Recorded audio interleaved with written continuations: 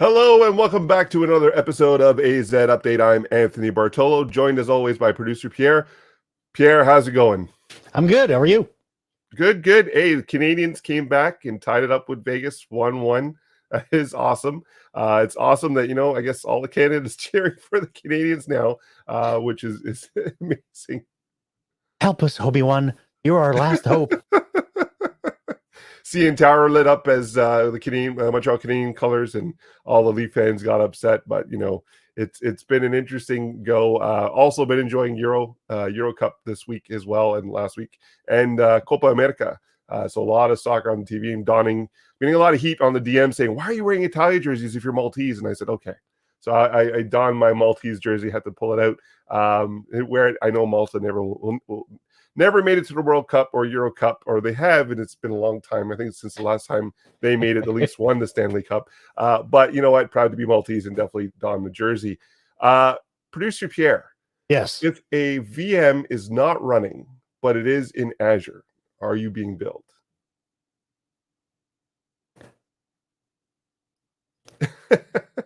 You are not. If it's not running. Right. So is it shut down in the OS or is it shut down in the portal? So this is the interesting question that Sonia actually brought up this week, and she actually wrote a blog post about it. And she went through in detail the aspects of this question, because this is one of the more popular questions that we receive, our team receives, in regards to, hey, if a VM isn't running, but what does that mean that it's not running? Does it mean that it's been shut down via PowerShell, shut down through Azure CLI, shut down inside of the virtual machine itself? There's so many things to take in consideration, right? It's fairly simple. If it's been decommissioned or deprovisioned, which means the memory, the CPU, the networking the resources have been released, then you're not paying for the compute and the network. If you shut it down in the OS, but you don't deprovision it, then you're still paying because those resources are earmarked or reserved for you. Because basically, it expects the machine to turn back on. That's what happens when you, after a patch or something and you reboot. You don't decommission the machine. You just shut the OS down and then turn it back on again. Right. However, you're always paying for the storage, right, for those disks that are hosting your VM. And that's the thing, right? You got to keep in consideration the different ways to shut down the VM itself. If you're shutting it down internally in the OS itself and doing the shutdown mode, like you said, there's still provisioning that, hey, this is going to be turned back on, so don't shut down all the services. So it depends, right? It depends on what your shutdown mechanism is. I know you actually crafted a PowerShell script that you would use to shut down lab VMs so that we wouldn't incur major costs. Just as you said, there's still a cost incurred in terms of storage. Compute.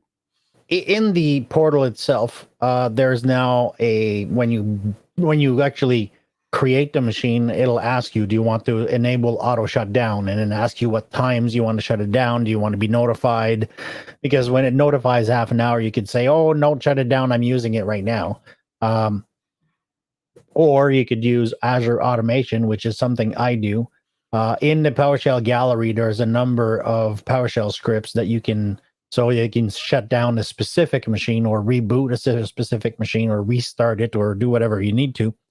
I had written a PowerShell script that would look in my subscription, because my test subscription, and there's a good little story about that, where it would enumerate all of the VMs in my subscription and then go shut them down one by one. And the reason I do that now is because and I've used this story before, especially when we're talking about cost management and policies and governance.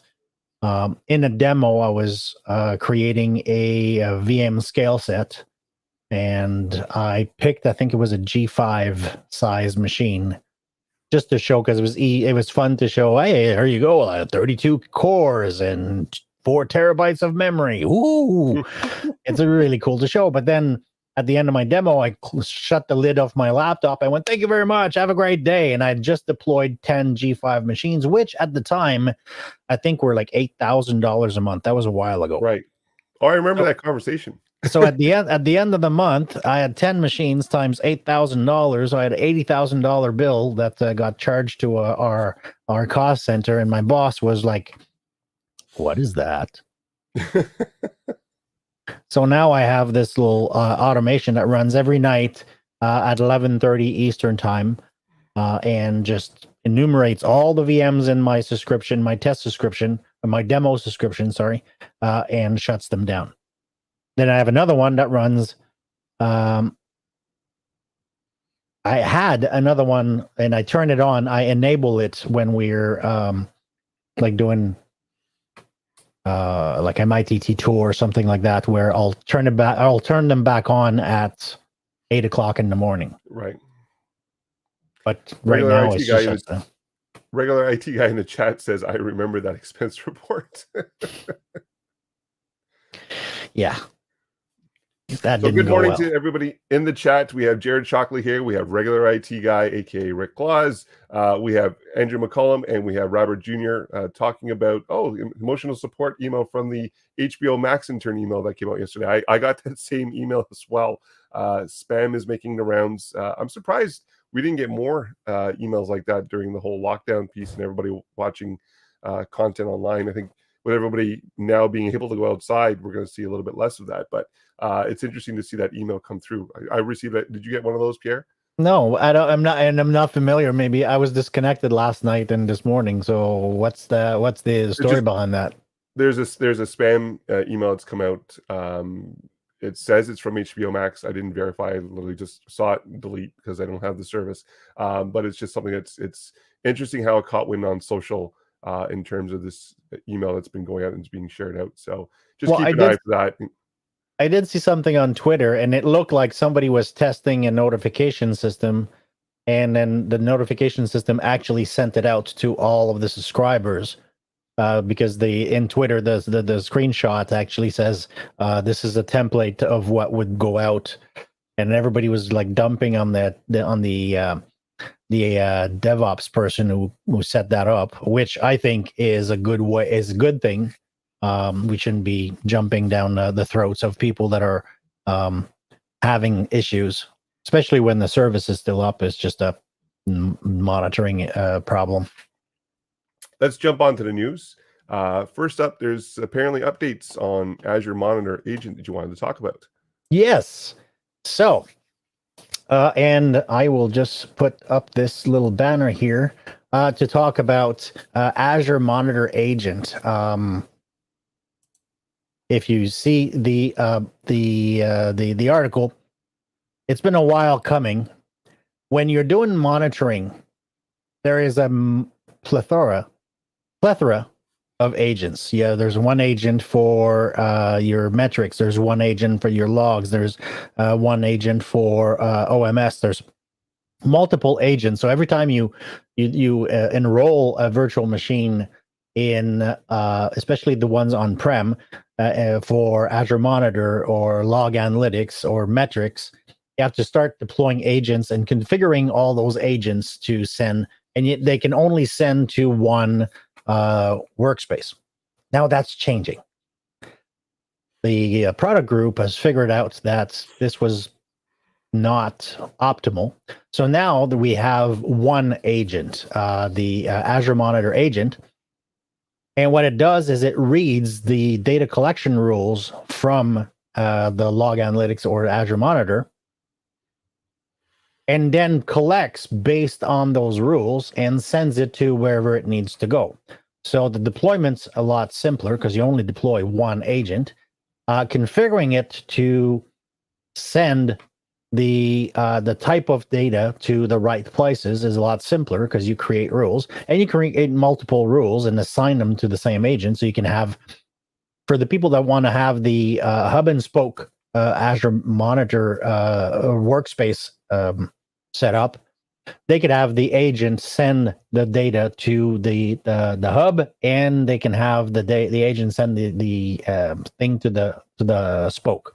so that for environment where there's multiple levels of management, keep in mind, if you're doing that, it'll cost you double because you're sending it, you're ingesting that data twice.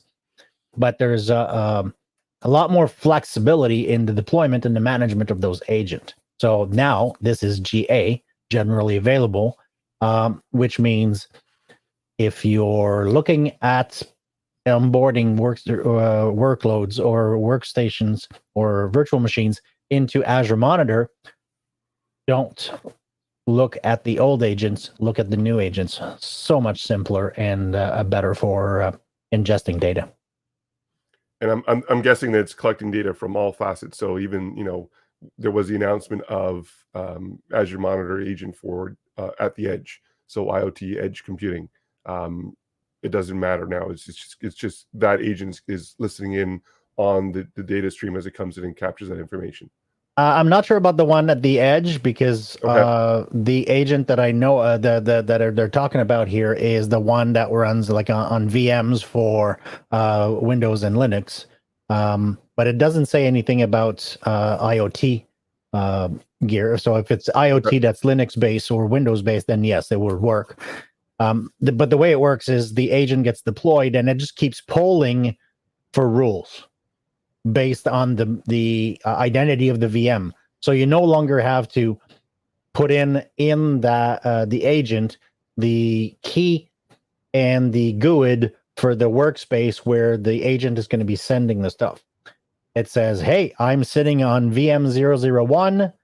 I look to Azure and I say, okay, VM01, which DCR or data collection rule is assigned to me? This one, this one, and this one. So I get to collect my metrics from here and send them here, my logs from here and send them here, or line of business custom logs from here and send them here. And then it just collects it and sends it. Of course, it compresses it, encrypts it, and sends it, but it's doing it all based on those data collection rules, which is a lot simpler to manage going forward than it was with the old agents. Plus, you only have to manage one. Now, you recently sat down with the product group and to have this discussion. Actually, it was not even a month ago in terms of the updates that are coming out. And I think you had made mention here on this video that it was in preview, and so it's exciting now. It's become generally available. Yeah. So if you go to that post, and I'll put the URL again. If you go to that post in the interview, she actually gives demos on how you create data collection rules and how it affects and applies to different machines. So this is a really good review. Even though this was in preview, it's still very, very relevant for everyone. And so this video, and of course our AZ Update blog post that details all the news that we're talking about today, available on itopstalk.com or go to AZ Update Show, aka.ms/AZ Update Show, and you get all the articles that we're talking about and the news that we're talking about, as well as previous shows as well. Right. Next up, in terms of the news, Azure IoT Central updates made available. This is just launched for May. I know we're in June, but usually the way the cycle works is that it finishes at the end of the month and then we launch it in the next month. The big news here is the digital twin defined language made available through JSON, the JSON editor right in Azure itself. What does that mean? So when you're setting up your digital twin environment, you now have the capability of having the JSON file duplicated for your digital twin being a replica of your existing on-premises IoT implementation in a virtualized sense so that you can test out, develop upon, you name it.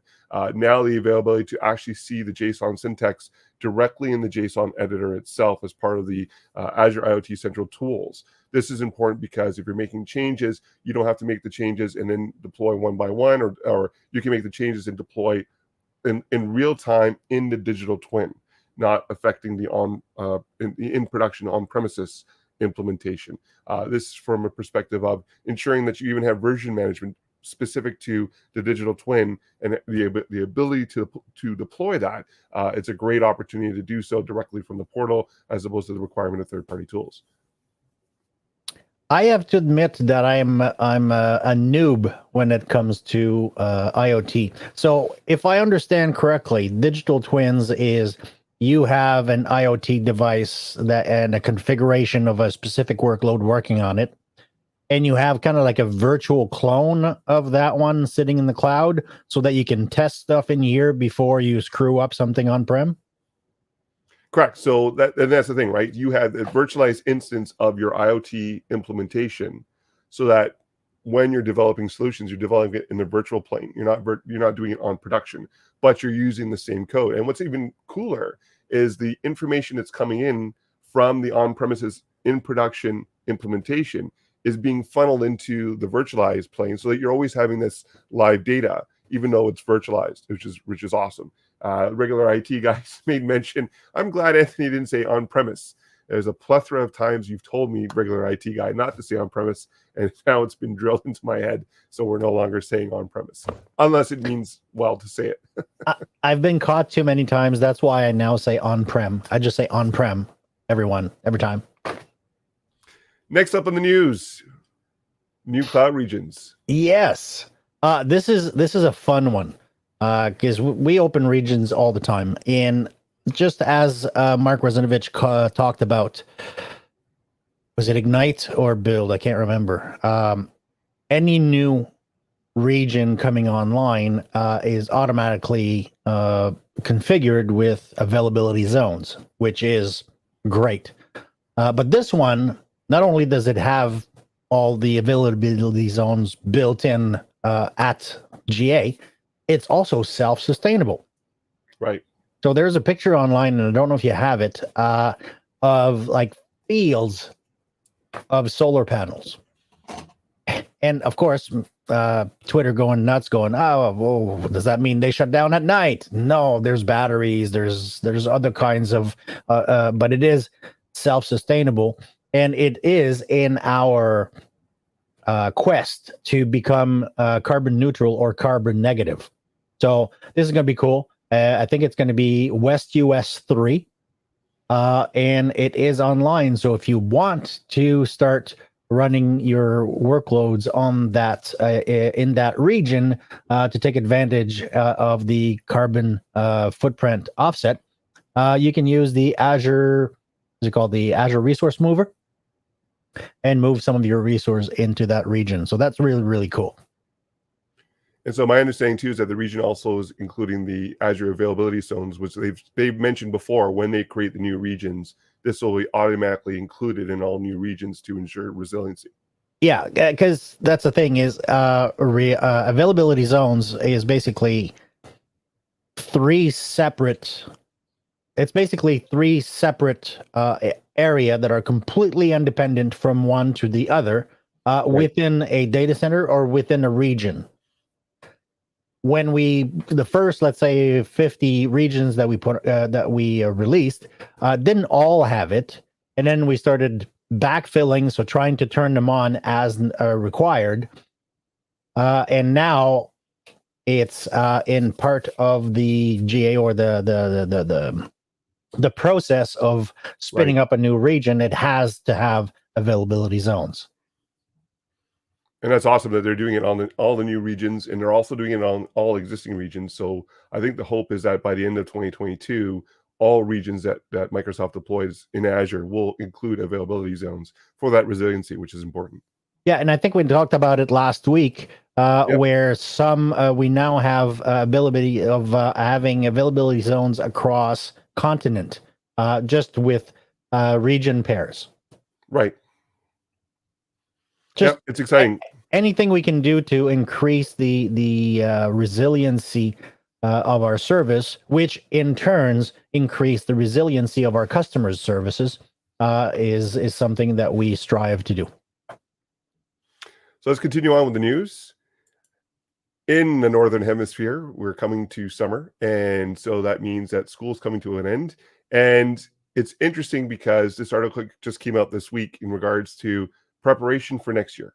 There was a lot of learning over the last 16 months, especially because a lot of kids, a lot of students had to learn from home. And so there was a lot of advancement in terms of technical adoption and technology adoption amidst the schools. And the challenge is being, not every child has a computer. And so a lot of schools sent out computers, a lot of students learned on tablets. But there's also the back-end challenges as well in regards to just setting up the system to enable these classrooms to actually occur and to understand the resources that are being utilized in regards to this. So this great article that came out, and again, we have this linked on itopstock.com on the latest AzUpdate post, talks about 20 updates that were made available specifically for schools that IT administrators should take into consideration.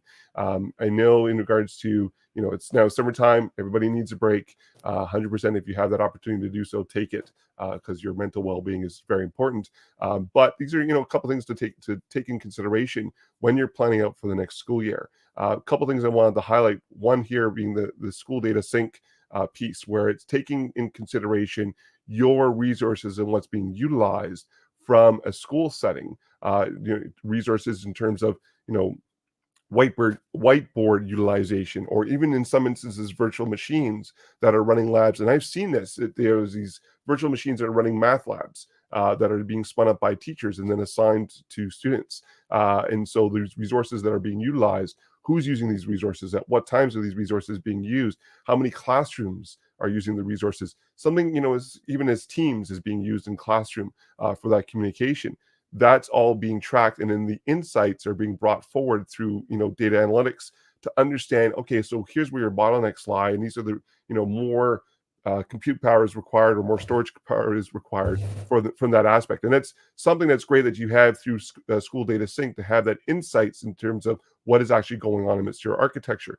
The other item I wanted to bring up really quickly, because there was a lot. There was third-party integration. There's the API management through Microsoft Graph that's also introduced. This one is a big one.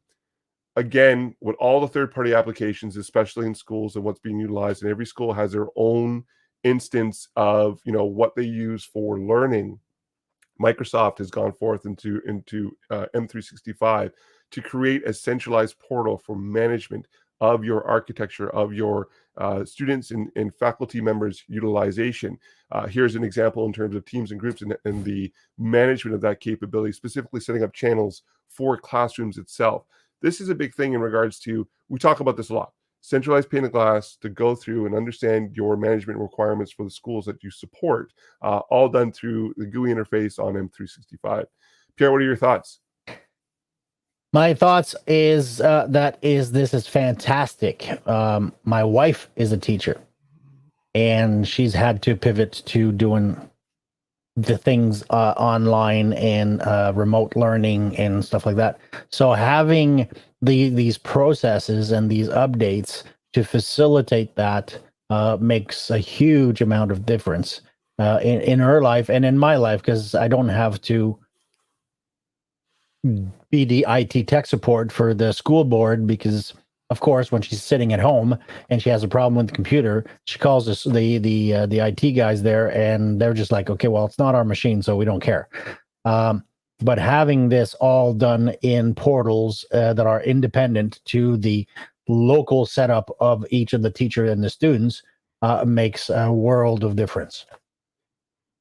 In my area, the schools are set up and as a region as opposed to IT per school. So they have one IT service or one IT department that handles a plethora of schools in a specific geo. And so this would be an awesome tool for them to utilize, because they would do this per school and then even get even more granular per class, just from a management tool. So I hope, maybe they're looking into this. If not, hey, reach out. Definitely interested in helping out if that's required.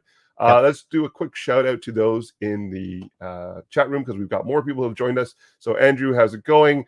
Henry Morales, I apologize. How's it going? Audio guy Steve, Jared Shockley has joined us. You got it right. You got it right. I've been practicing. It's like that and on premises. I've been practicing both.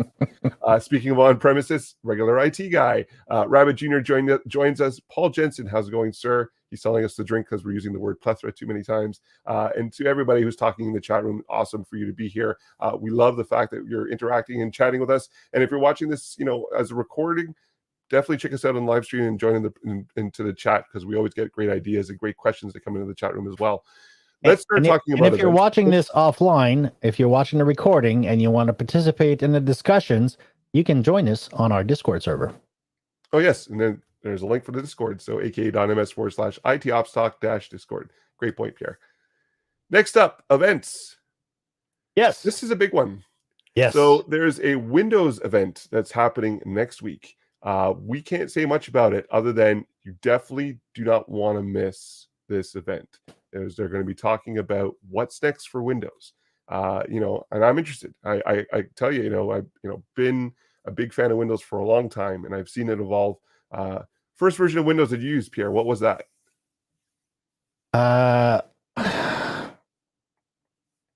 2 point something. No, 1 point something. Were you on the one? Yep. Because I remember 3.1. That's the furthest back I go, and then that and creating the MS-DOS boot disks to play Doom. Yeah, no, I was on the first one of the first versions, and I installed that on my at the time my 286, which with the turbo button. Yeah, the turbo button. Yes, I had the turbo button, so my 286 was. And this was like I was looking at it, going, "Wow, what am I going to do with this? This is ridiculous." Yeah. We've come a long way since then. We've come a long way. Now you have devices that you wear that have an OS that you would interact with, which is very similar to what you would do on your desktop, but different. So that's why this is a very important event to see what Microsoft has in store for Windows. I'm very intrigued by it. Also, today is patch and switch. Actually, not patch and switch, testing and production. Exactly. Oh, it's right, testing and production. So yourself and audio guy Steve, aka Jared Shockley, will be on to talk about. I think you're talking about audio today, right? We are talking about multiple things. Home network updates, updates in general for streaming setups in terms of OBS and others. And of course, we're also going to talk about audio as part of that update. Last but not least, Hello World has their last episode today before they go on summer break. And we've been asked to be on the show and to talk about AzUpdate on Hello World. So that should be interesting as well. Yeah. Sorry, I'll be in testing and production during that time. Right. So you're going to be flying solo on that one. On Hello World, yes. Well, it's myself and whoever's hosting the Friday episode, which would be cool. So it'll be different. Yeah, it was on last Friday. It was actually pretty fun. Oh yeah, I've been having fun. The Hello World piece. I love the fact that the stories are so different, and it's a side of technology as opposed to a focus on technology, which is really cool. Yeah, and it's our opportunity when we participate to bring a different perspective to that show. The perspective of the IT and ops audience to a show that is typically more geared toward developers. So that's kind of it brings a nice balance to it. Let's talk about our Microsoft Learn module of the week. So to tie into our beginning banter in regards to Sonia's post, if a VM is not running in your Azure tenant, are you being charged? Here's a great hands-on module that you can go through specifically to VM. So understanding Windows Server IaaS virtual machine cost management. If you're looking to understand the management breaks that you would get, the cost breaks that you would get in terms of the different facets of running the VM inside of Azure and the different ways to shut it down through PowerShell CLI or through the OS itself, here's a great way to upskill. I know you love that word. Upskill on the aspects of what you can do to manage your VM costs and your IaaS implementation on Azure. Yes, Pierre, I do not like that term, but anyway, it's a great way. And everybody who's starting, or even people who've been using it for a while, it's a great refresher on all of the things that you need to look at when you're looking at your cost management of VMs in Azure. Typically, you end up with people deploying stuff in Azure and they don't completely understand it. And then at the end of the month, they get the bill and they go, "Oh, wait a minute. Well, there was no load on it at night." Well, it was still running. Producer Pierre, if they want to get a hold of you, what's the best way to get a hold of you? I have been and always shall be at Wired Canuck. And if you want to get a hold of me for some reason, you can get a hold of me on Twitter at Wireless Life. Everybody have a great weekend, and we'll see you all next week. Cheers.